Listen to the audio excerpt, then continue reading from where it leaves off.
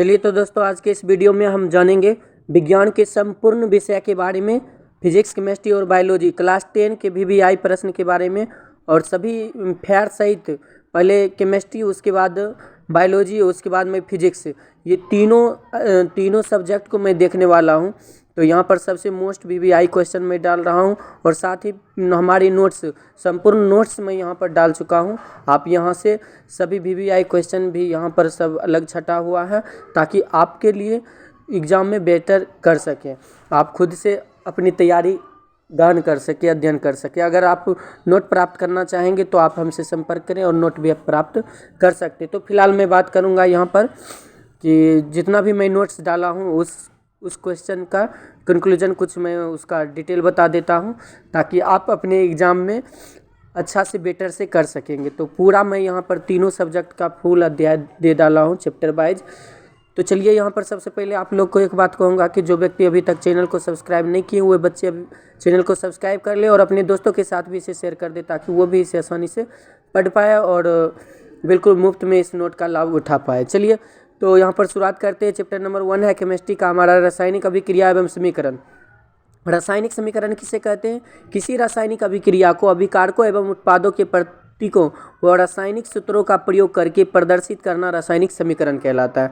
जैसे आपका यहाँ एग्जाम्पल दिया हुआ Zn + H2SO4 arrow ZnSO4 + H2, यहाँ पर ये दोनों पदार्थ को मिलाने के बाद इसका निर्माण हुआ। अब अभिकारक की बात करेंगे कि यहाँ पर जो तीर के पहले जो दिख रहा है आपको Zn + H2SO4, इसको अभिकारक कहा जाता है। परिभाषा लिखेंगे, ऐसे पदार्थ जो रासायनिक अभिक्रिया में भाग लेते हैं अभिकारक कहलाते हैं। ऐसे पदार्थ जो रासायनिक अभिक्रिया में भाग लेते हुए क्या कहलाते हैं? अभिकारक कहलाते हैं। जैसे यहाँ पर तो मैंने बता दिया कि ये तीर चिन्ह के पहले जो है ये पदार्थ अभिकारक है। उत्पाद किसे कहेंगे? ऐसे पदार्थ जो रासायनिक अभिक्रिया के संपूर्ण होने पर प्राप्त होते हैं उत्पाद कहलाते हैं। यानी Zn + H2SO4 का जब अभिक्रिया हुआ तो हमें प्राप्त हुआ ZnSO4 + H2, तो इसी को क्या बोलेंगे? उत्पाद बोलेंगे। चलिए, अगला है हमारा संतुलित रासायनिक समीकरण किसे कहेंगे? वह रासायनिक समीकरण जिनमें विभिन्न तत्वों के परमाणुओं की संख्या अभिकारक व उत्पाद दोनों पक्षों में समान होती है, संतुलित रासायनिक समीकरण कहलाता है। जैसे यहाँ पर आपका दो समीकरण दिया हुआ है 3Fe + 4H2O। इस प्रकार से आप इसको वीडियो को रोककर टाइप कर सकते हैं। चूँकि मुझे पूरा बताना है तो इसलिए मैं डिटेल से यहाँ पर बताता चलूँगा, और आपको अगर लिखना हो तो रोक करके लिख सकते हैं। मैं सारा यहाँ पर नोट्स डाल दिया हूँ। यहाँ पर रासायनिक अभिक्रिया के प्रकार यहाँ पर दिया हुआ 9 प्रकार में यहाँ पर डाला हूँ। इसमें पहला संयोजन अभिक्रिया की बात करेंगे। इस अभिक्रिया में 2 या 2 से अधिक अभिकारक मिलकर एक उत्पाद निर्माण करते हैं। इस अभिक्रिया को समझ गए? जैसे भी यहाँ एग्जाम्पल भी डाला, इसको समीकरण वाइज आपको ध्यान रखना है, ताकि आप एग्जाम में अच्छा से कर पाएँ। वियोजन अभिक्रिया वह अभिक्रिया जिसमें एकल अभिकारक टूटकर 2 या 2 से अधिक उत्पाद बनाता है, उसे वियोजन अभिक्रिया कहते हैं। जैसे यहाँ पर आपका उदाहरण नंबर 1 है फेरस सल्फेट की वियोजन अभिक्रिया। यहाँ संगमरमर का सूत्र दिया हुआ है CaCO3, बहुत ही इंपॉर्टेंट है यह पूछा जाता है। CaCO3 संगमरमर का सूत्र याद रखेंगे। दूसरा उदाहरण है कैल्शियम कार्बोनेट की वियोजन से अभिक्रिया किया हुआ है यहाँ पर CaCO3 एरो CaO + CO2, ध्यान रखेंगे। तीसरा उदाहरण भी यहाँ पर दिया हुआ है एरोमेइस अभिक्रिया का उपयोग श्याम श्वेत फोटोग्राफी में किया जाता है। ऊष्माक्षेपी अभिक्रिया क्या होती है? अभिक्रियाएं जिसमें ऊष्मा ऊर्जा के रूप में संचरण होती है, उसे ऊष्माक्षेपी अभिक्रिया कहते हैं। अब यहाँ पर है श्वसन एक ऊष्माक्षेपी अभिक्रिया है। कैसे? तो आप यहाँ पर इसका स्क्रीनशॉट कर लीजिए या इसको रोक करके आप लिख सकते हैं, ठीक ना। और अगला मैं बात करूँगा शाक सब्जियों का विघटित होकर कंपोस्ट बनाना भी ऊष्माक्षेपी अभिक्रिया का उदाहरण है, याद रखेंगे।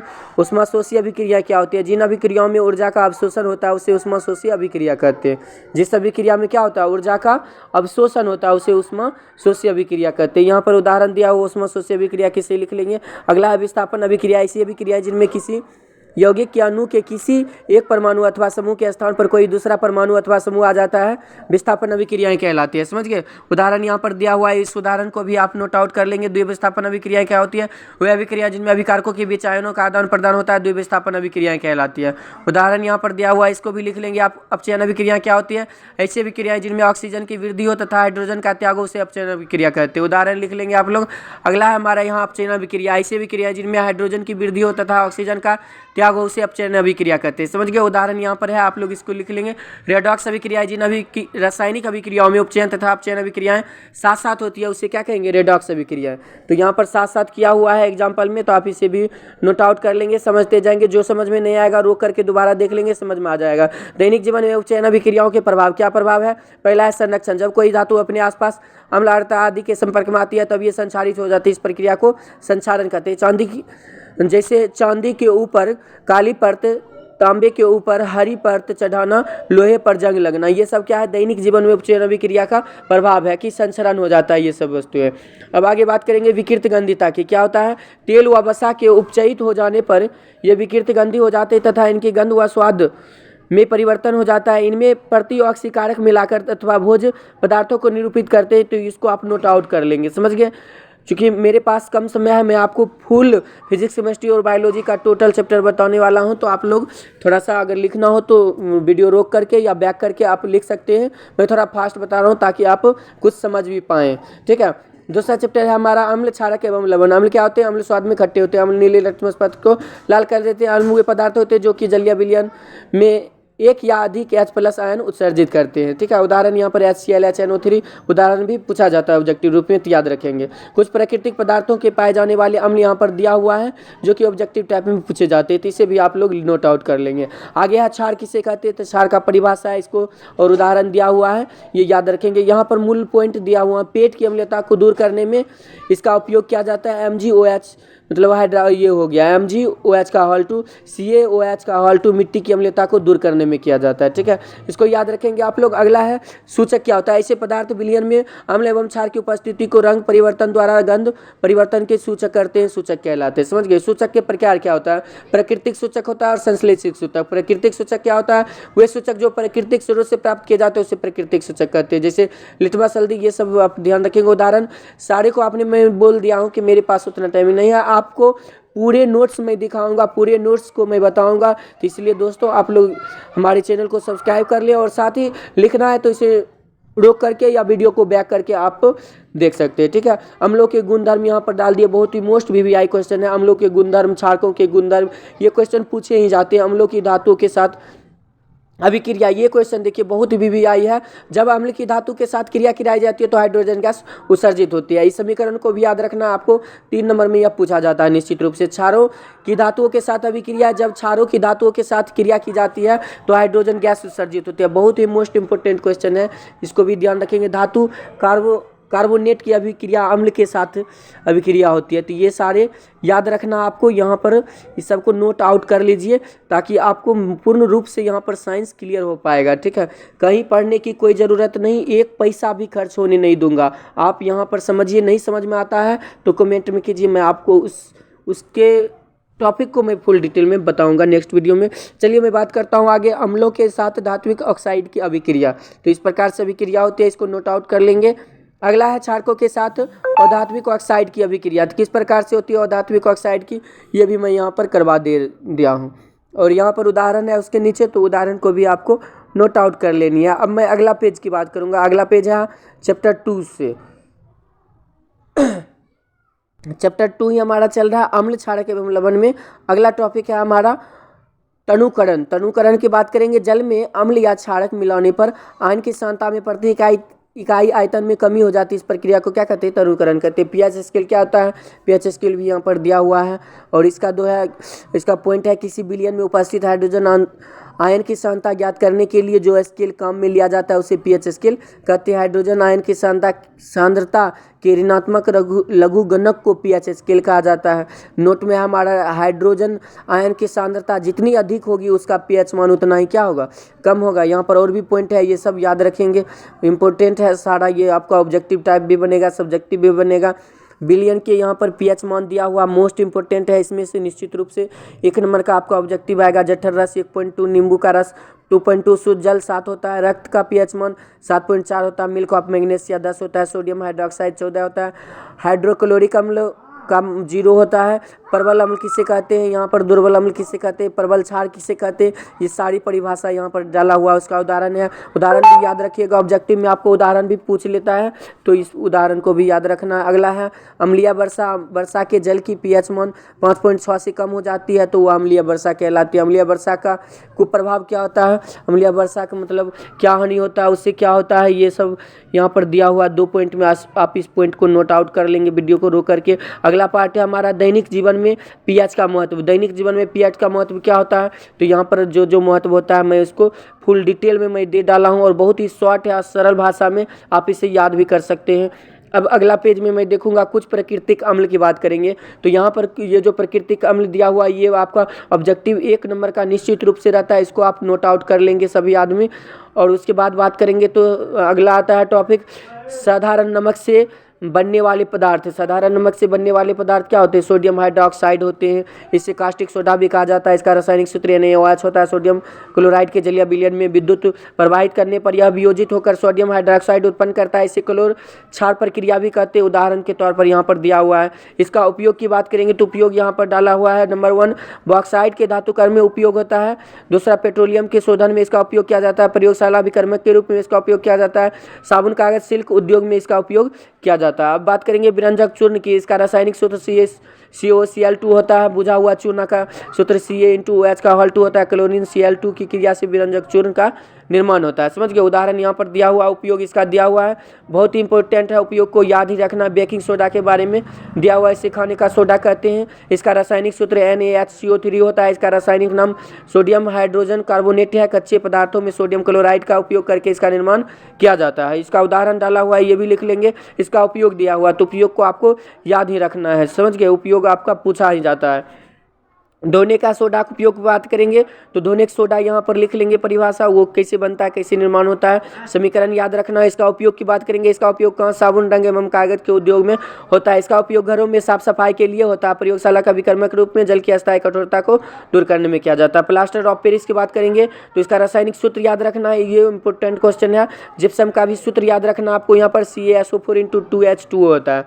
इसका उपयोग भी याद रख लीजिएगा। अगला चैप्टर बात करेंगे तो अगला चैप्टर है चैप्टर नंबर 3 धातु एवं अधातु। धातु एवं अधातु की बात करेंगे। धातु क्या होते हैं, धातु का नाम बहुत ही पुराना है, कॉपर।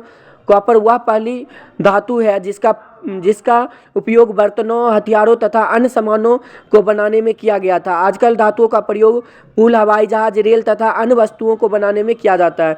धातुओं के उदाहरण iron, copper, aluminium, magnesium, land, zinc, sodium, ये सब हैं धातुओं के भौतिक गुणधर्म। तो ये सारे भौतिक गुणधर्म यहाँ पर धातु का दिया हुआ है। बहुत सारे गुण होते हैं, इस गुणों को आपको याद रखना, बहुत ही इंपॉर्टेंट है। ऑब्जेक्टिव में भी यह पूछा जाता है। तो सब्जेक्टिव और ऑब्जेक्टिव दोनों के लिए मैं बता रहा हूँ। आप अगर इस वीडियो को पूरा गहन अध्ययन कर लेते हैं तो आपको 100% टॉप लिस्ट में आने से कोई नहीं रोक सकता है।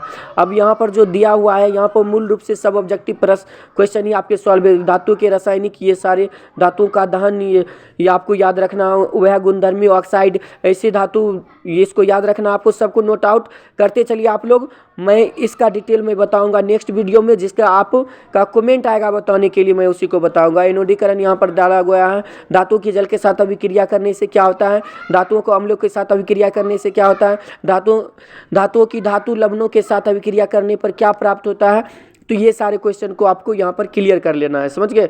तो सारा मैं यहाँ पर वीडियो बताने वाला हूँ। वीडियो के माध्यम से संपूर्ण साइंस का मैं सिलेबस यहाँ पर डिस्कशन करूँगा और आप लोगों को यहाँ पर जो भी ज़रूरत लगे, और ज़रूरत तो सब है, सबको आपको नोट आउट कर लेना है।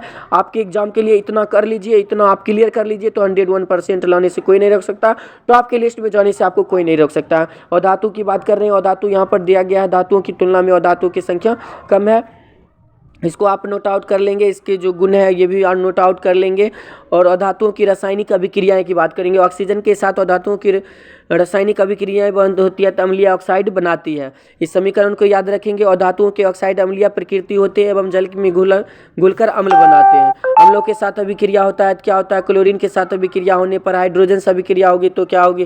तो ये सारे को आपको याद रखना। उत्कृष्ट गैस के नाम याद रखेंगे, हीलियम, नियॉन, आर्गन, जिनोन। उत्कृष्ट गैस बहुत ही इंपॉर्टेंट है, यह ऑब्जेक्टिव में आता है। तो चारों की याद रखेंगे, हीलियम, नियॉन, आर्गन, जिनोन। द्रव अवस्था में पाए जाने वाली धातु मरकरी, ये सारे ऑब्जेक्टिव क्वेश्चन यहाँ पर आपके बन रहे हैं। तो ये सारों को आपको क्या कर लेना है, नोट आउट कर लेना है। बहुत ही मोस्ट इंपॉर्टेंट मैं आपको यह वीडियो आपको कहीं ऐसा मिलने वाला नहीं है। तो दोस्तों जल्दी से मेरे चैनल को सब्सक्राइब कर लिए और अपने दोस्तों के साथ भी इसे शेयर कर दें, ताकि हर वीडियो का हर प्रोसेस, हर लॉन्ग क्वेश्चन, शॉर्ट क्वेश्चन और इम्पोर्टेंट क्वेश्चन और नोट्स आपका सबका मिलता रहे। चलिए अगला बात करेंगे आयनिक यौगिक की। आयनिक यौगिक यहाँ पर है धातु से अधातु में इलेक्ट्रॉन के स्थानांतरण, समझ गए ना। हाँ, ये सब सारा नोट आउट कर लेंगे आप लोग। विद्युत चालकता यहाँ पर घुलनशीलता दिया हुआ है। तो ये क्वेश्चन कोई मिस नहीं होना चाहिए, बस इतना ध्यान रखिए कि सारे क्वेश्चन, एक भी क्वेश्चन अगर छूट गया तो समझिए आपका 1 नंबर छूट गया। धातुओं की प्राप्ति तो ध्यान रखेंगे, 1 नंबर छोड़ना नहीं है आपको। यहाँ पर धीरे धीरे मैं आपको आगे की ओर ले चल रहा हूँ, आप धीरे धीरे लिखिए और वीडियो को रोक करके आप अच्छा से नोट आउट कर लीजिए। और जो क्वेश्चन समझ में नहीं आता है, समझ में नहीं आता है तो उसके कमेंट में डालिए तुरंत, ताकि मैं उसके लिए फुल वीडियो डिटेल में डाल करके आपके लिए तैयार कर दूं। और सभी subject math, English, biology, physics, chemistry, जितना भी 10 का सिलेबस है वो सारा सिलेबस मैं आपको इसी चैनल के माध्यम से देने वाला हूं। तो आप चैनल को सब्सक्राइब जरूर कर लेंगे और अपने दोस्तों के साथ शेयर कर देंगे, ताकि वो भी इनका लाभ लेते रहे और आपको भी उनसे सीख मिलता रहे, समझ गए। तो जल्दी से लाइक करें और सब्सक्राइब करते जाएं। गुड। हाँ, टॉपिक वाइज सारा मिल जाएगा आपको। हाँ, घबराने की कोई बात नहीं, आपको 1 पैसा भी खर्च नहीं होगा। चलिए, धातुओं का परिष्करण, ये भी बहुत ही इम्पोर्टेंट है। विद्युत अपघटनी परिष्करण, इसको भी नोट आउट कर लेंगे सभी व्यक्ति। संक्षारण, चलिए इसके भी कर लेंगे। संक्षारण की प्रमुख घटनाएं, संक्षारण की प्रमुख घटनाएं, लंबे समय तक आर्द्र वायु में रहने पर लोहे पर भूरे रंग की परत चढ़ जाती है, उसी को कहता जाता है संक्षारण से सुरक्षा। कैसे सुरक्षा करेंगे, इसका पॉइंट वाइज यहाँ पर बना करके 1 2 3 4 में डाल दिए हैं, आपको ये भी कर लेना है। अगला है मिश्र धातु, 2 या 2 से अधिक धातुओं के समांगी मिश्रण को मिश्र धातु कहते हैं। मिश्र धातु अवयव वो उसका दे डाले हैं, बहुत इंपॉर्टेंट है। शुद्ध सोना, ये जो आपका पीला वाला दिख रहा पार्ट, इसको आपको पूरा अच्छा से याद कर लेना है, ठीक है। अगला चैप्टर हम देखेंगे, 4th चैप्टर है हमारा, कार्बन एवं उनके यौगिक। 4था चैप्टर मोस्ट इंपॉर्टेंट है, ये नोट्स पढ़कर आप 90% से अधिक नंबर ला सकते हैं। चलिए, तो मैं बात करूँगा यहाँ पर कार्बन चैप्टर है, कार्बन की विशेषताएं। सबसे पहले आप लोग इसको नोट आउट कर लेंगे। उसके बाद कार्बन में आबंध, सहसंयोजी आबंध होते हैं, इसको भी आपको नोट आउट कर लेना है, ठीक है। अगला मैं बात करूंगा हाइड्रोजन का अणु, ठीक है। हाइड्रोजन के अणु की बात करेंगे, यहाँ भी ये भी आपको नोट आउट कर लेना है।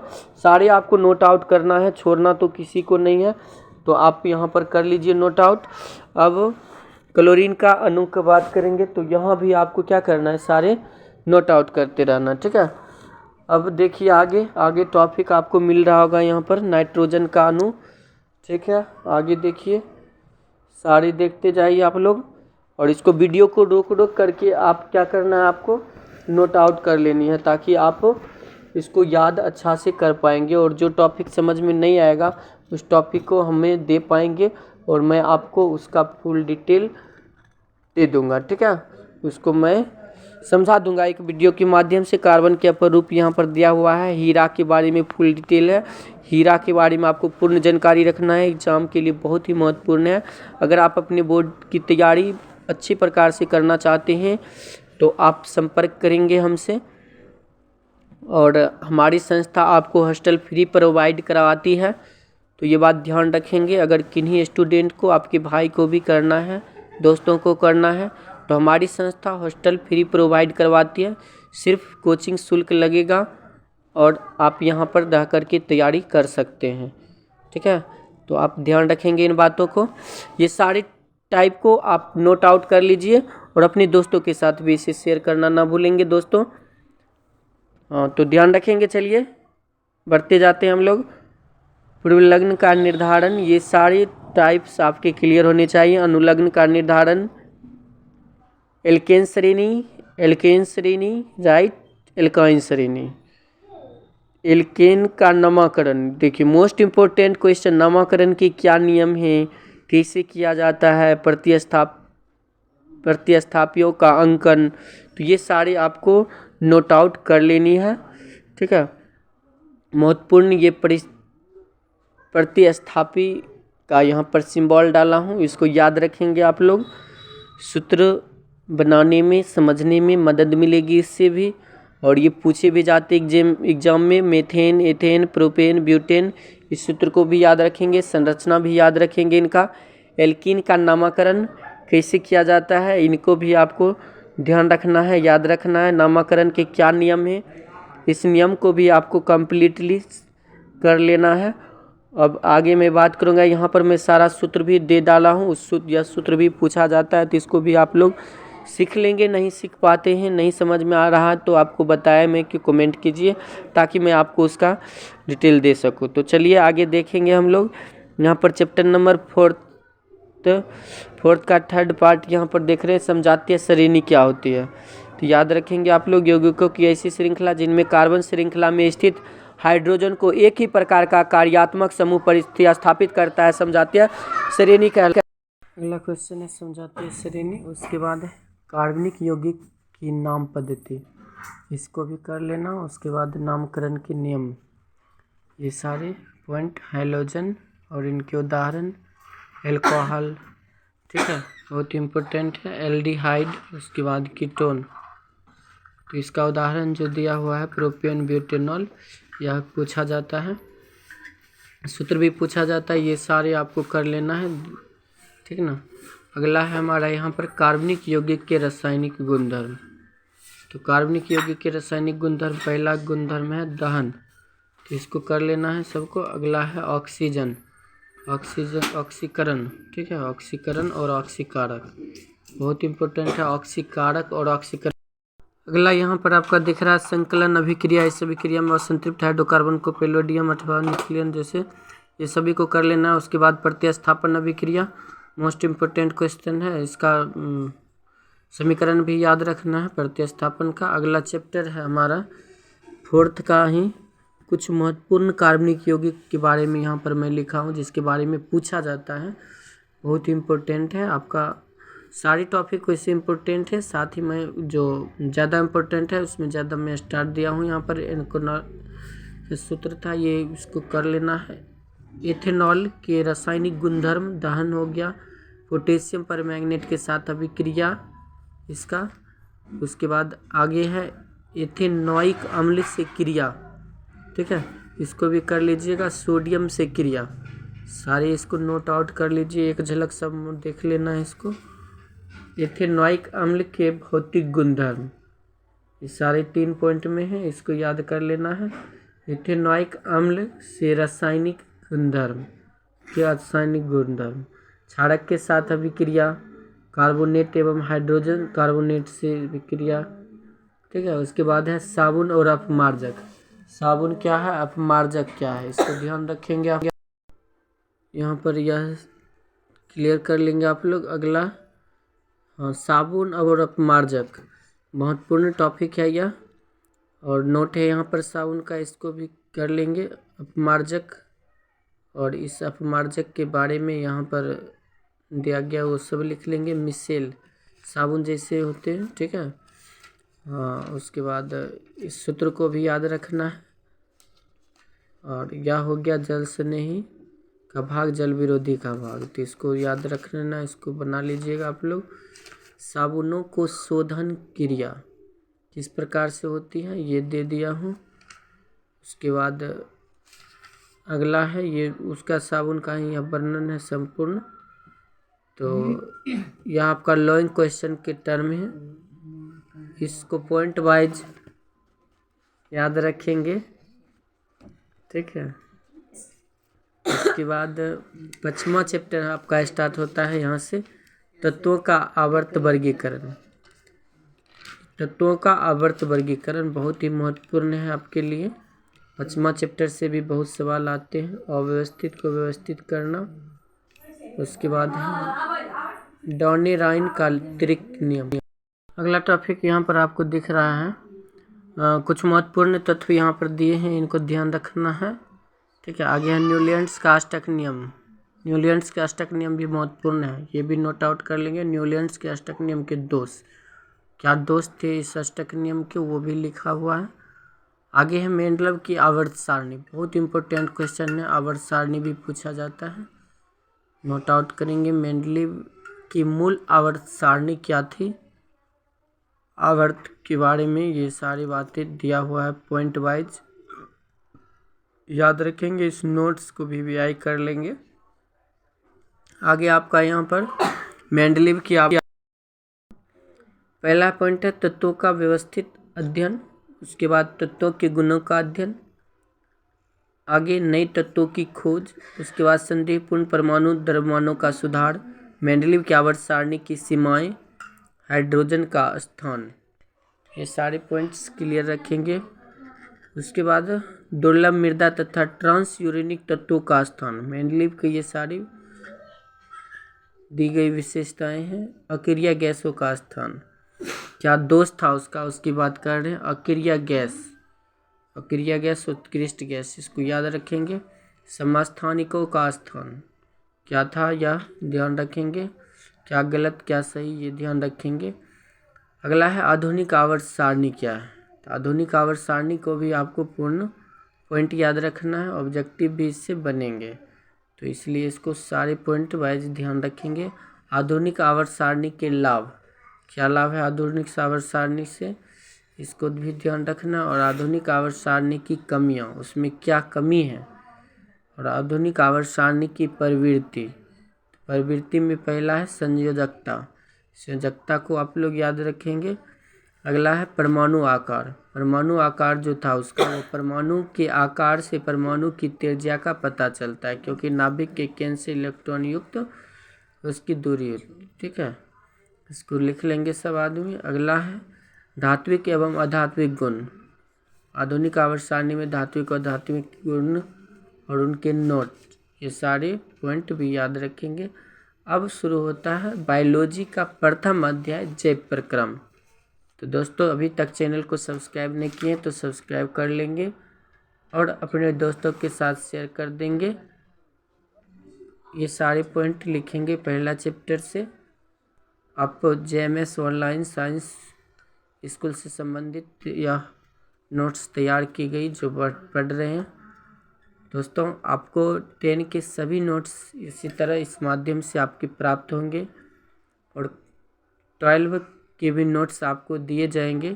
तो 10 एवं 12 के सभी छात्रगण को मैं कहना चाहूँगा कि सभी छात्र अपने दोस्तों को, अपने भाइयों को, बहनों को, जिन्हें हो सके, जो संपर्क में हो, सभी को यह चैनल को भेजें, बताएं और उनको सब्सक्राइब करने के। हमारी संस्था क्लास 10 और 12 के छात्र को आवासीय शुल्क मुफ्त की हुई है और सभी छात्र यहां पर आकर ज्वाइनिंग कर सकते हैं। हमारी चैनल पर जाकर या हमसे कांटेक्ट कर आप इस संस्था में ज्वाइन कर बेहतरीन रिजल्ट के लिए ज्वाइन कर सकते हैं। हमारी संस्था से टॉप अवश्य कर सकते हैं यदि आप में वो क्वालिटी रहेंगे पढ़ने की, क्योंकि हम वो संपूर्ण क्वेश्चन 100% आपको क्लियरेंस करेंगे, जो कि आपके भविष्य के लिए और आपके एग्ज़ाम के लिए इम्पोर्टेंट है।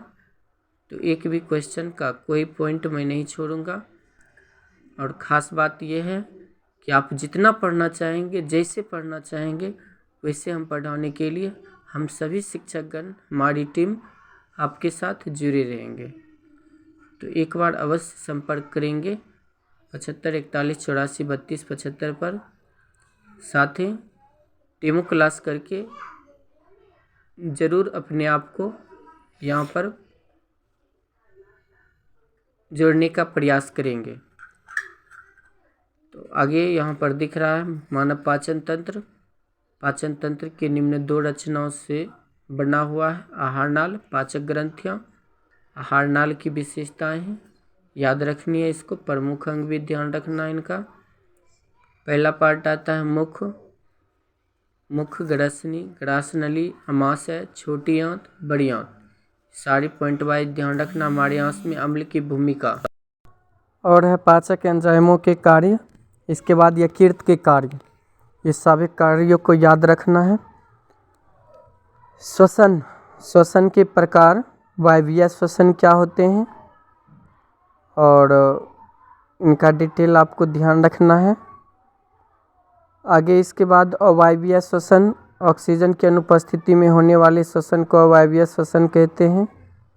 एटीपी इनका पूरा नाम एडेनिन ट्राइफॉस्फेट, याद रखना है इसको। पौधों में श्वसन की क्रिया कैसे होती है इनका ध्यान रखना है आपको। जंतुओं में श्वसन किस प्रकार से होता है ये भी ध्यान रखना है, इसका पॉइंट कुछ दिया हुआ है, ये सारे पॉइंट्स को याद रखेंगे। चैप्टर नंबर 6 मनुष्य में श्वसन, मनुष्यों का श्वसन तंत्र, श्वसन मार्ग का फर्स्ट पार्ट नसा मार्ग, ग्रासली, स्वरयंत्र, ट्रैकिया, ठीक है। अगला है आपका श्वसनीय फेफड़े, मनुष्य में श्वासोच्छ्वास में श्वसन, ठीक है, निःश्वसन और उच्च श्वसन। उसके बाद आपका ये पॉइंट ध्यान रखेंगे, श्वसन का वहन, मानव में वहन, ठीक है। और इसका मूल पॉइंट, ये सारे महत्वपूर्ण पॉइंट हैं जो कि आपके एग्जाम में आते ही हैं। अगला है हृदय के बारे में संपूर्ण डिटेल, इसको ध्यान रखेंगे, बहुत इंपॉर्टेंट क्वेश्चन यह भी था।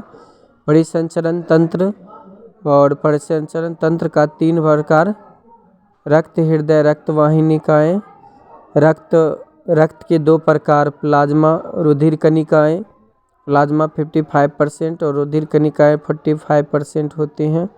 आरबीसी क्या है, लाल रक्त कणिकाएँ क्या होती हैं, इनका डिटेल। डब्ल्यूबीसी श्वेत रुधिर कणिकाएँ, ल्यूकोसाइट जिसे कहा जाता है, याद रखेंगे इनके मूल पॉइंटों को। बिम्बाणु प्लेटलेट्स जिसे बोला जाता है, थ्रोम्बोसाइट होता है, इसके मूल बिंदु को भी याद रखेंगे। उसके बाद आपका आता है परिसंचरण तंत्र, इसकी सारी डिटेल याद रखेंगे। खुला परिसंचरण तंत्र क्या होता है, बंद परिसंचरण तंत्र क्या होता है, नलिकाएं रुधिर वाहिकाएं क्या होती हैं, धमनी क्या होती हैं, धमनी का पूरा याद रखना, यह इम्पोर्टेंट मोस्ट इम्पोर्टेंट क्वेश्चन है आपका परीक्षा की दृष्टि से। सीरा क्या है, सीरा भी मोस्ट इम्पोर्टेंट क्वेश्चन है आपका। केशिकाएं क्या होती हैं, किसी अंग या उत्तक में पहुंचकर धमनी उत्तरोत्तर अत्यधिक पतली वाहिकाएं बनाती है जिन्हें कोशिकाएं कहते हैं, याद रखेंगे इन्हें। अगला पार्ट 4 देखते हैं, रक्तदाब, रुधिर वाहिकाओं की भित्ति के विरुद्ध में दाब उत्पन्न होता है उसे रक्तदाब कहते हैं। रक्तदाब के प्रकार भी याद रखेंगे। प्रकार पहला है प्रकुंचन दाब, दूसरा अनुशीतलन दाब। पादपों में परिवहन किस प्रकार से होता है, पौधों में पर्यावरण से गैस के रूप में कार्बन डाइऑक्साइड जैसे पदार्थ लेते हैं, इस प्रकार से इसका पॉइंट ध्यान रखेंगे। जाइलम क्या होता है, फ्लोएम क्या होता है, मोस्ट इम्पोर्टेंट क्वेश्चन है, यह भी परीक्षा की दृष्टि से याद रखेंगे इसको। जल का परिवहन क्या होता है, भोजन तथा दूसरे पदार्थों का स्थानांतरण किस प्रकार से होता है, ये सारी क्रियाएं को आपको ध्यान में रखनी है। इसके बाद फिर अगला टॉपिक आता है हमारा उत्सर्जन शरीर में होने वाली विभिन्न अपव्यय क्रियाओं को क्या बोलते हैं। मानव में उत्सर्जन वृक्क हो गया, मूत्रवाहिनियाँ हो गया, मूत्राशय हो गया, ठीक है। फिर अगला हो गया आपका इस प्रकार से मूत्रमार्ग हो गया, ठीक है। उसके बाद वृक्काणु या नेफ्रॉन क्या होता है, इसकी संरचना को भी आपको कर लेना है बुक से।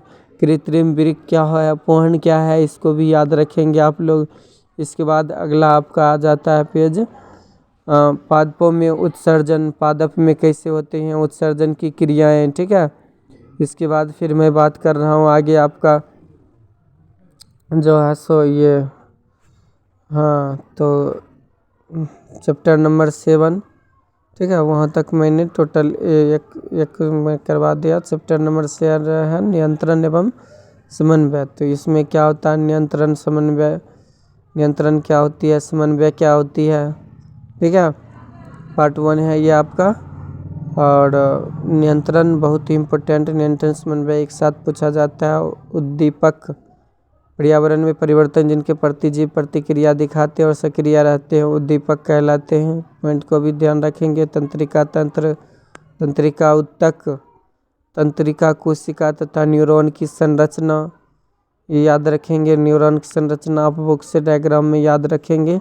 ग्राही क्या होता है, ग्राही के प्रकाश, प्रकाशशाही, उष्माग्राही, ध्वनिग्राही, घ्राणग्राही, स्वादग्राही। तंत्रिका कोशिका के भाग, द्रुमिका कोशिका, एक्सॉन, ये सारे आपको ध्यान में रखना, मोस्ट इम्पोर्टेंट ये सारे हैं।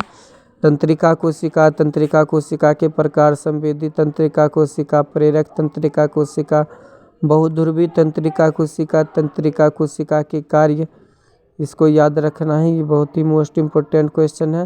दोस्तों अभी तक चैनल को सब्सक्राइब नहीं किए होंगे तो प्लीज़ सब्सक्राइब जरूर कर ले, चूँकि आपको 10 और 12 का संपूर्ण सब्जेक्ट का वीडियो आपको मिलेगा। इसी प्रकार से नोट वाइज 1 भी रुपया आपको खर्च नहीं होने दूंगा, और नोट को आप सभी नोट आउट कर लेंगे, और जो समझ में नहीं आता होगा जो टॉपिक, उस टॉपिक का बोलेंगे आप कमेंट में, मैं उसका वीडियो बना करके फुल डिटेल डाल दूंगा ताकि आप उन्हें समझ पाएंगे। अगला टॉपिक है प्रत्यवर्ती चाप। मानव मस्तिष्क के भाग, अग्र मस्तिष्क, उसके बाद मध्य मस्तिष्क, पश्च मस्तिष्क, पोन्स हो गया, अनुमस्तिष्क क्या होता है, मस्तिष्क पुच्छ क्या होता है, मेरा रज्जु क्या, ये उत्तक कैसे रक्षित होते हैं, तंत्रिका उत्तक कैसे कार्य करता है, पादपों में समन्वय की क्रिया कैसी होती है, ठीक है ना। वृद्धि गति तथा स्फीतिक गति के बीच अंतर स्पष्ट करें। वृद्धि क्या होती है, स्फीतिक गति क्या होती है, इसका अंतर में हो गया। अनुवर्तनी गति क्या होता है, अनुचलन गति में अंतर, ठीक है। अनुवर्तनी गति मोस्ट इम्पोर्टेंट है, इसको याद रखेंगे आप लोग, ये पॉइंट वाइज, ये उदाहरण भी इसका याद रखेंगे। अनुचलन गति याद रखेंगे। प्रकाश अनुवर्तन और गुरुत्वानुवर्तन में अंतर, ये दोनों को याद रखेंगे। परीक्षा की दृष्टि से बहुत ही महत्वपूर्ण क्वेश्चन है प्रकाशानुवर्तन और अनुवर्तन। जलानुवर्तन भी, रसायनुवर्तन ध्यान रखेंगे। पादप हार्मोन के प्रकार, ये सारे पॉइंट को ध्यान रखना है। हार्मोन के ये 5 प्रकार, इसको नोट आउट सब आदमी कर लीजिए। ऑक्जीन्स क्या होता है, जिबरेलिन्स क्या होता है, साइटोकाइनिन्स क्या होते हैं, एब्सिसिक अम्ल क्या होते हैं, इथाइलिन क्या होते हैं। हार्मोन तथा एंजाइम में अंतर, इस अंतरों को ध्यान में रखना है, याद रखनी है। अगला है एंजाइम, आपका एंजाइम को याद रखना, अंतःस्रावी ग्रंथि ध्यान रखना है, बहिर्स्रावी ग्रंथि याद रखना है।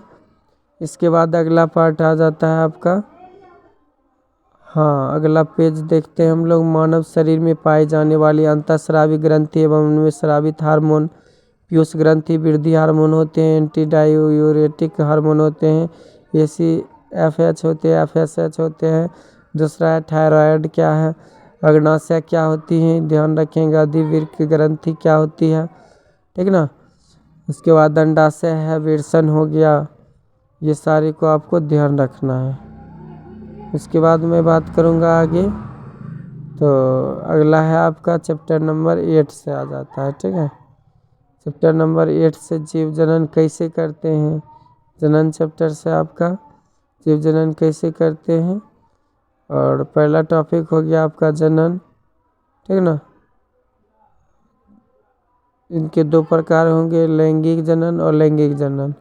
DNA क्या होती है, DNA की प्रतिकृति बनाना जनन के लिए क्यों आवश्यक है, मोस्ट इम्पोर्टेंट क्वेश्चन है, इसे याद रखेंगे आप लोग। तो दोस्तों मैं फिर से एक बार बता दूं, हमारी संस्थान JMS प्रयास कोच जो है सभी 10वीं और 12वीं के छात्र को आवासीय शुल्क फ्री की हुई है। साथ ही हमारी टीचर का सपोर्ट उनकी संपूर्ण एग्ज़ाम तक रहेगी, और उनका नोट्स, एग्ज़ाम संबंधित सभी सूचनाएं, नोट्स वगैरह ये सभी फ्री दी जाती है।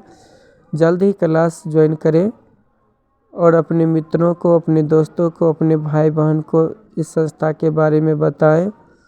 और यहाँ आप डेमो क्लास करके अपने बच्चों को सुपुर्द, अपने भाई को या खुद को ज़रूर सुपुर्द करें, और यहाँ पर एक बार अवश्य आएँ, डेमो करके देखें, यहाँ क्लास ज्वाइन करके देखें। ये नंबर से संपर्क करें और भी साथियों को बताएं।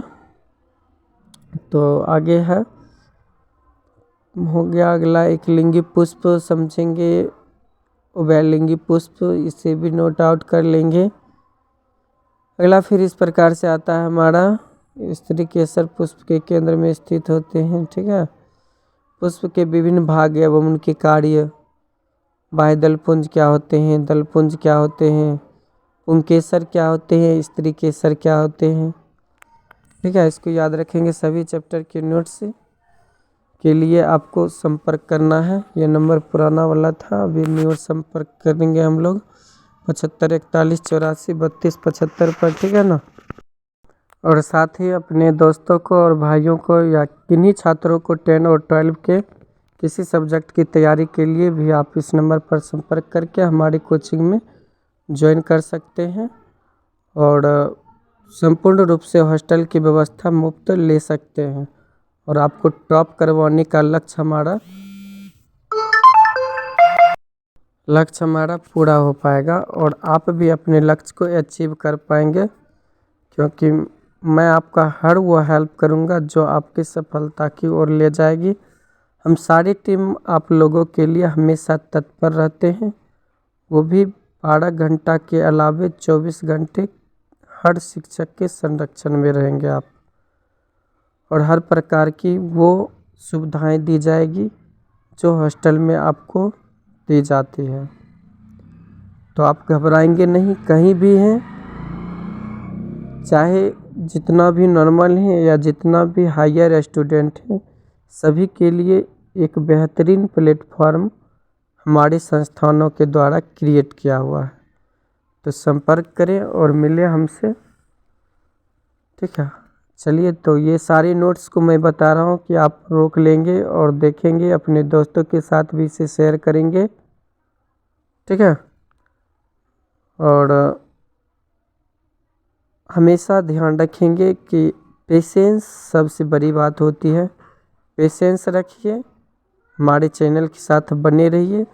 मैं सारे नोट्स आपको दूंगा, जो समझ में नहीं आएगा उसका आप कमेंट कर सकते हैं, उसके लिए मैं आपको स्पेशली वीडियो बना दूंगा ताकि आप उन्हें गहन अध्ययन कर सकेंगे, ठीक है।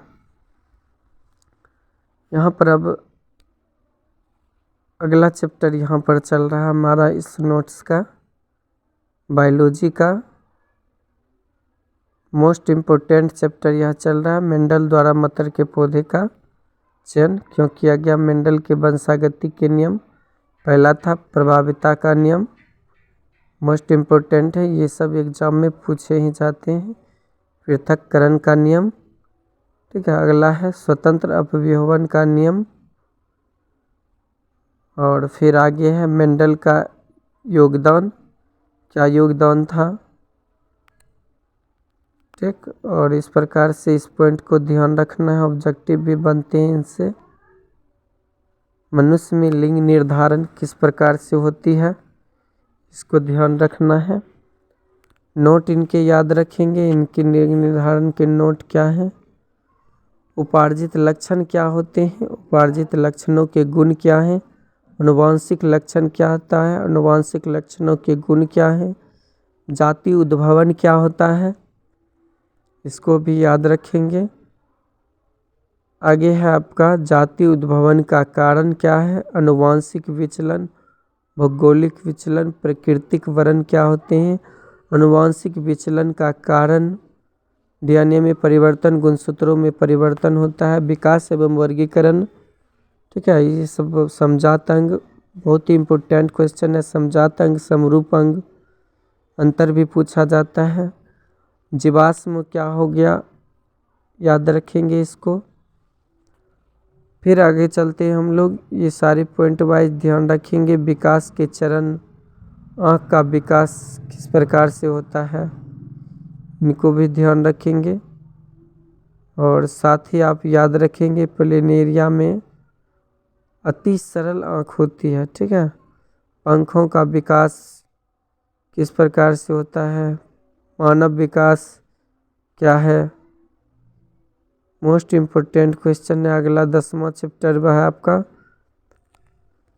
प्रकाश का परावर्तन तथा अपवर्तन की बात करेंगे हम लोग। ये आता है आपका फिजिक्स से स्टार्ट हो रहा है यहाँ से। तो प्रकाश का परावर्तन और अपवर्तन, परावर्तन के प्रकाश, नियमित परावर्तन क्या होते हैं और विसरित परावर्तन क्या होते हैं, याद रहेगा। नियमित परावर्तन और विसरित परावर्तन, इसको याद रखना है पॉइंट वाइज, तीनों इम्पोर्टेंट रूल। परावर्तन के नियम, 3 नियम होते हैं, इसको याद रखेंगे। समतल दर्पण से बने विभिन्न प्रतिबिंब, इसको फैक्ट को ध्यान रखना। समतल दर्पण की फोकस दूरी अनंत होती है। समतल दर्पण का आवर्धन +1 होता है। ठीक है। पार्श्व परिवर्तन या उत्क्रमण क्या है? गोलीय दर्पण, अवतल दर्पण, उत्तल दर्पण। दर्पण से संबंधित कुछ परिभाषा जैसे हो गया दर्पण का ध्रुव, मुख्य अक्ष, वक्रता, त्रिज्या। उसके बाद फिर आगे बढ़ेंगे, वक्रता केंद्र है।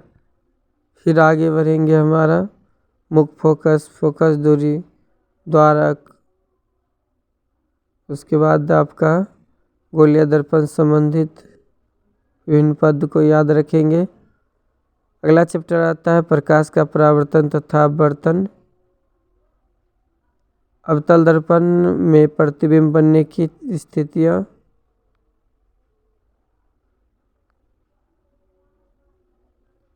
ठीक है ना। इस प्रकार से सभी आदमी नोट को आउट करते जाएंगे। वीडियो को रोक रोक करके सारे नोट्स उतार लेंगे। बहुत ही महत्वपूर्ण टॉपिक आपका ये सब चल रहा है। बायोलॉजी का भी चल रहा है, सॉरी ये आपका फिजिक्स का चल रहा है। दर्पण के उपयोग याद रखेंगे। मोस्ट इम्पोर्टेंट क्वेश्चन है उत्तल दर्पण के उपयोग, अवतल दर्पण के उपयोग। ठीक है। ये बराबर पूछे जाते, अंतर पूछे जाते। गोलीय दर्पण द्वारा परावर्तन के लिए चिन्ह परिपाटी, ये आपका चिन्ह परिपाटी है, याद रखेंगे इनको। उसके बाद आपका दर्पण सूत्र क्या है वो भी ध्यान रख लेंगे। अब आगे टाइप की बात करेंगे तो इधर मिल रहा है आपका, समझ रहे हैं ना जी दोस्तों। एक बार मैं फिर से कहूँगा कि सभी दोस्त अभी तक चैनल को सब्सक्राइब नहीं किए तो सब्सक्राइब ज़रूर कर लीजिए, क्योंकि आप सब्सक्राइब कीजिएगा तो ही हमारा चैनल आगे बढ़ेगा, और लाइक कीजिएगा तो और आगे बढ़ेगा।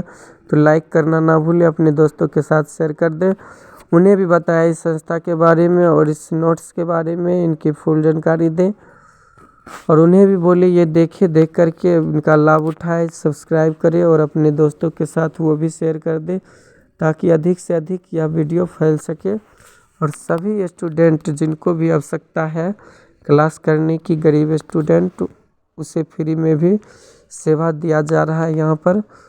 तो आसपास में हो या आप हो तो खुद संपर्क करें 75 41 84 32 75 पर और ज्वाइन करिए JMS कोच 2018 को सब्सक्राइब कर JMS निर्माण एकेडमी में ज्वाइन कर ले। चलिए अगला बात करेंगे लेंस से संबंधित पद, ये सारे हैं, और जितना भी परिभाषित शब्द हैं उन्हें मैं यहाँ पर लिख दिया हूँ। आप रोक करके लिख लेंगे या फिर बैक करके देख लेंगे। ठीक है ना। और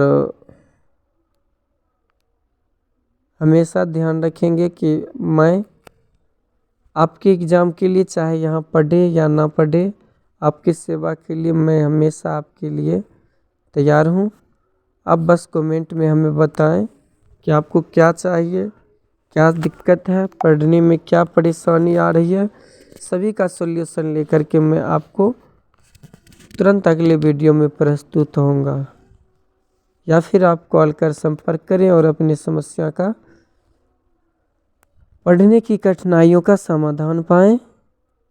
ठीक है। याद नहीं हो रहा है, क्यों नहीं हो रहा है, नींद आ जाता है, मन नहीं लगता है, तो सारे का मैं नोट्स कंक्लूजन मेरे पास है, आप संपर्क करेंगे हमसे।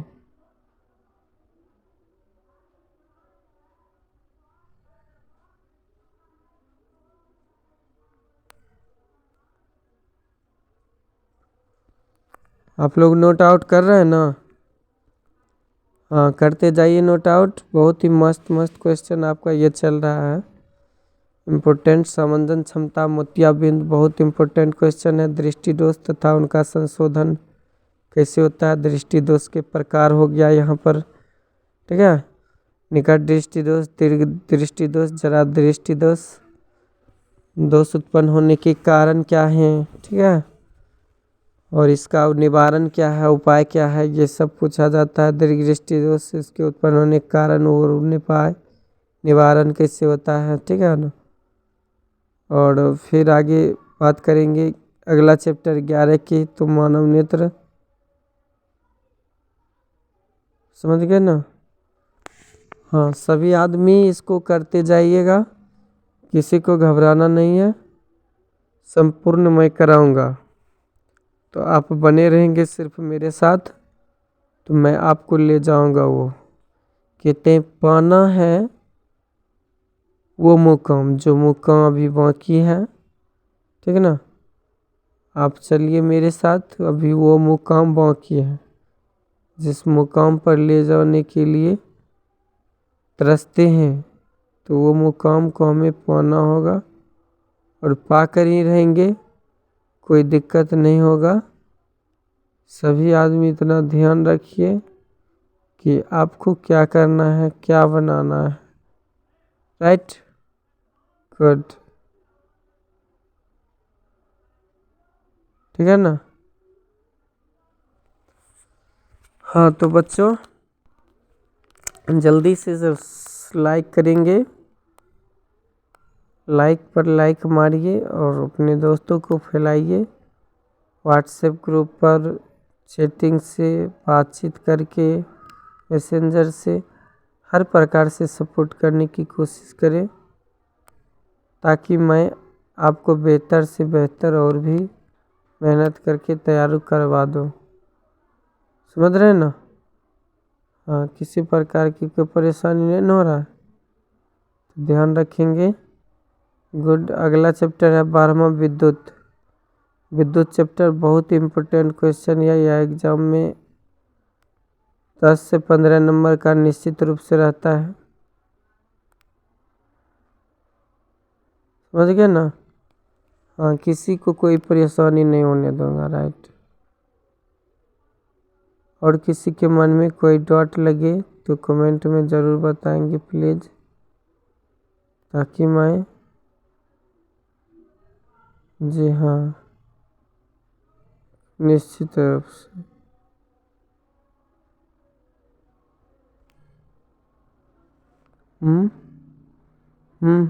करिए सब आदमी।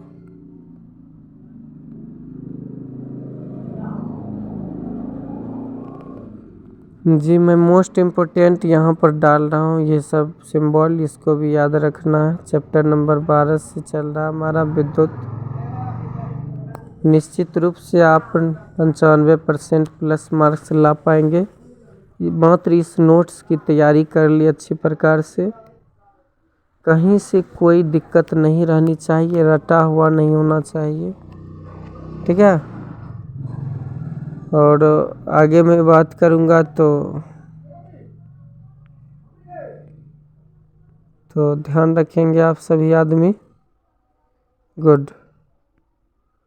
ओम के नियम के अनुसार विभवांतर तथा धारा के माध्य ग्राफ, तो ये ध्यान रखेंगे। अगला है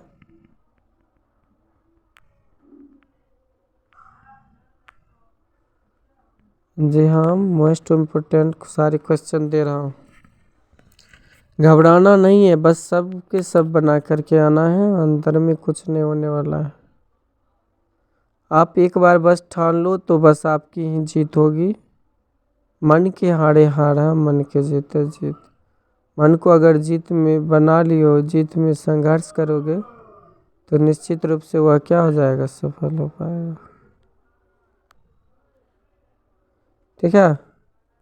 गुड। घबराना नहीं।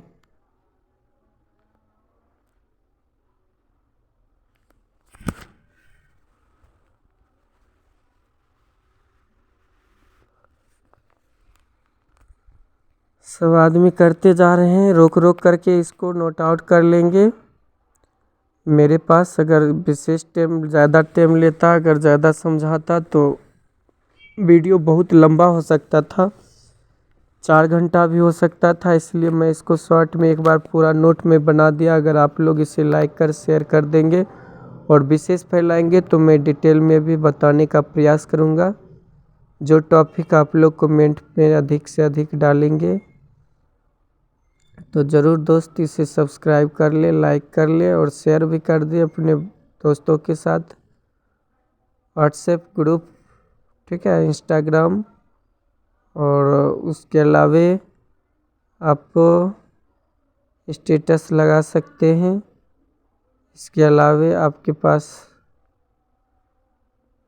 दूसरा मार्ग, हाँ, इम्पोर्टेंट, मोस्ट इम्पोर्टेंट है, इम्पोर्टेंट ही नहीं मोस्ट इम्पोर्टेंट इनको बोलेंगे हम। किसी विद्युत धारावाही चालक के कारण चुंबकीय क्षेत्र कैसे उत्पन्न होता है? सीधे चालक से विद्युत धारा प्रवाहित होने के कारण क्या है? चुंबकीय क्षेत्र। चुंबकीय क्षेत्र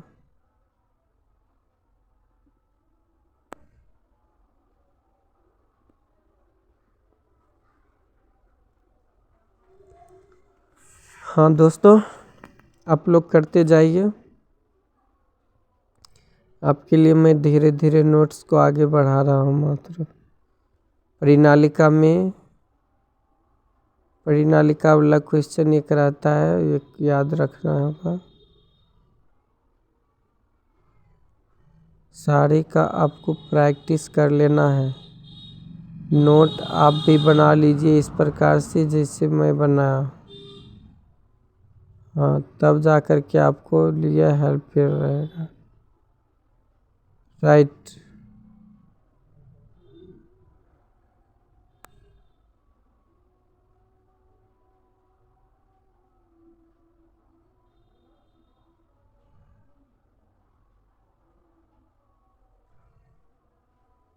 क्या किसी को कोई प्रॉब्लम आए तो बताएं प्लीज़। और इस प्रकार से जी, हम सब आपके साथ हैं, हमारी पूरी टीम आपके साथ रहेगी, घबराना नहीं है जी।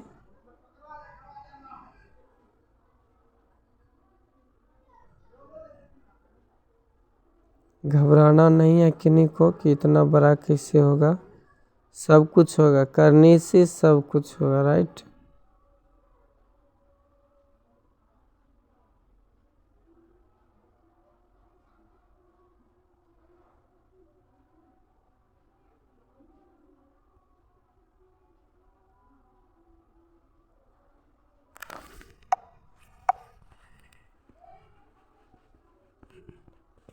किसी प्रकार की कोई कठिनाई अगर आए तो प्लीज़ बताएं ज़रूर। मैं आपकी सभी परेशानियों को यूँ चुटकी में सॉल्व करके आपके लिए मैं वीडियो तैयार कर दूंगा।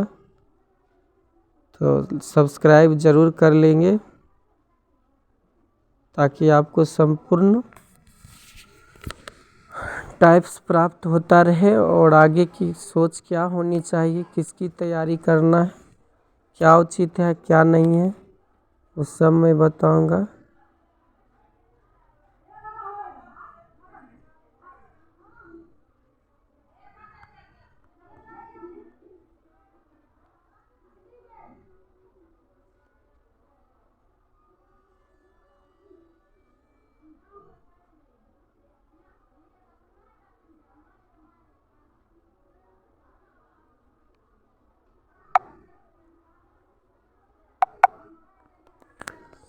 किसी प्रकार की कोई दिक्कत नहीं आनी चाहिए उम्मीद। बस अब और कुछ समय और रह गया। टोटल 1 घंटा 4 मिनट का मैंने आपके लिए वीडियो तैयार किया और इसके अंतर्गत मैं संपूर्ण अध्याय को आपके समक्ष क्लियर किया और हर टॉपिक के सब्जेक्टिव और ऑब्जेक्टिव पर मैं विशेष पॉइंट बना करके छोटा छोटा पार्ट में कन्वर्ट किया हूँ एक ही वीडियो में। तो आप लोग इस मेहनत को जायज़ ना जाने दें, थोड़ा सा मेहनत करें।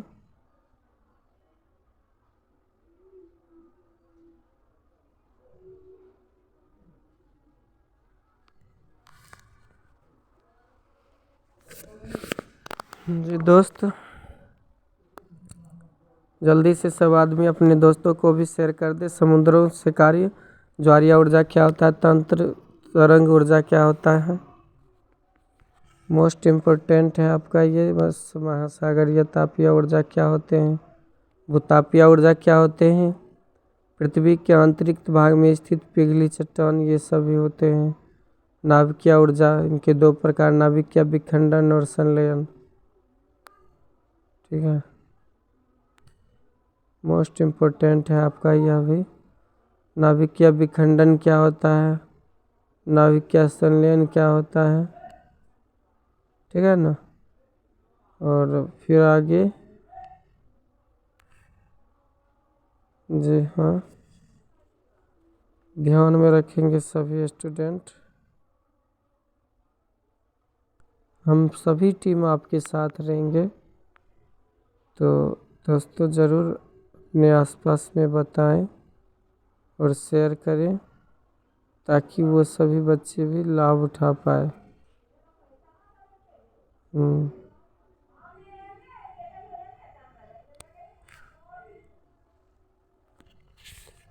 नोट हो गया सबका? नोट का सबका अलग अलग सब्जेक्ट का, फिजिक्स केमिस्ट्री बायोलॉजी का अलग अलग नोट्स तैयार रखेंगे और इसी को आना होगा एग्ज़ाम में।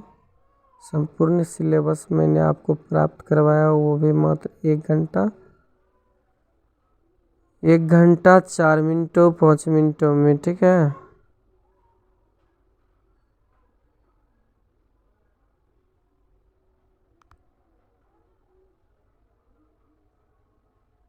समझ गए?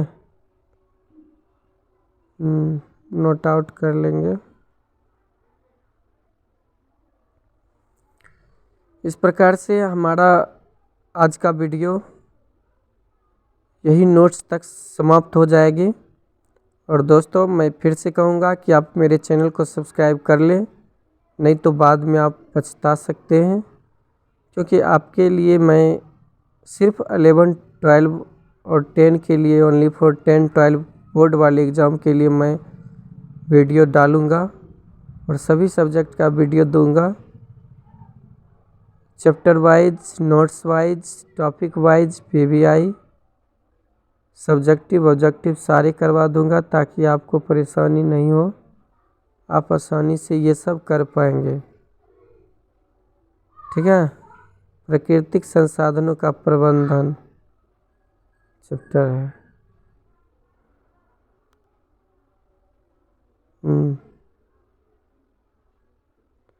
ध्यान रखने योग्य बात है कि आप सभी जुड़े हैं जेएमएस परिवार से, तो आपके भाई बहन दोस्त जो भी रिलेटिव्स हों उनसे संपर्क करें, उन्हें बताएं और यह लाभ उठाने की कोशिश करें।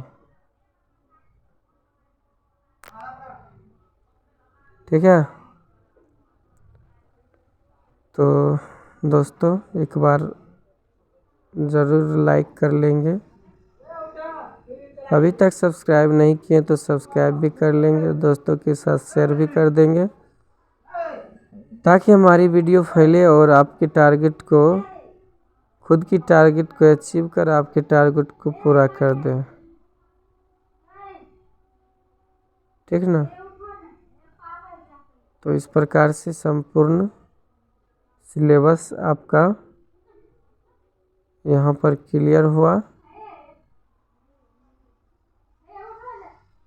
और आपको फिर भी अगर कुछ लगे कोई टॉपिक छूट गया तो आप उस टॉपिक का नाम कमेंट में डाल सकते हैं या फ़ोन डायरेक्ट कर सकते हैं, बताएं ताकि मैं उस टॉपिक को भी यहाँ पर पूरा कर सकूं।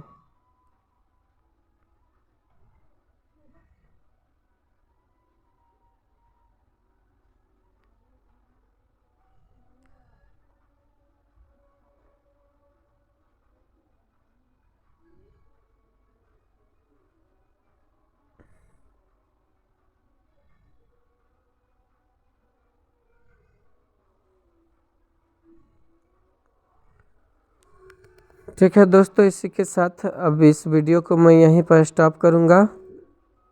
तब तक के लिए गुड नाइट।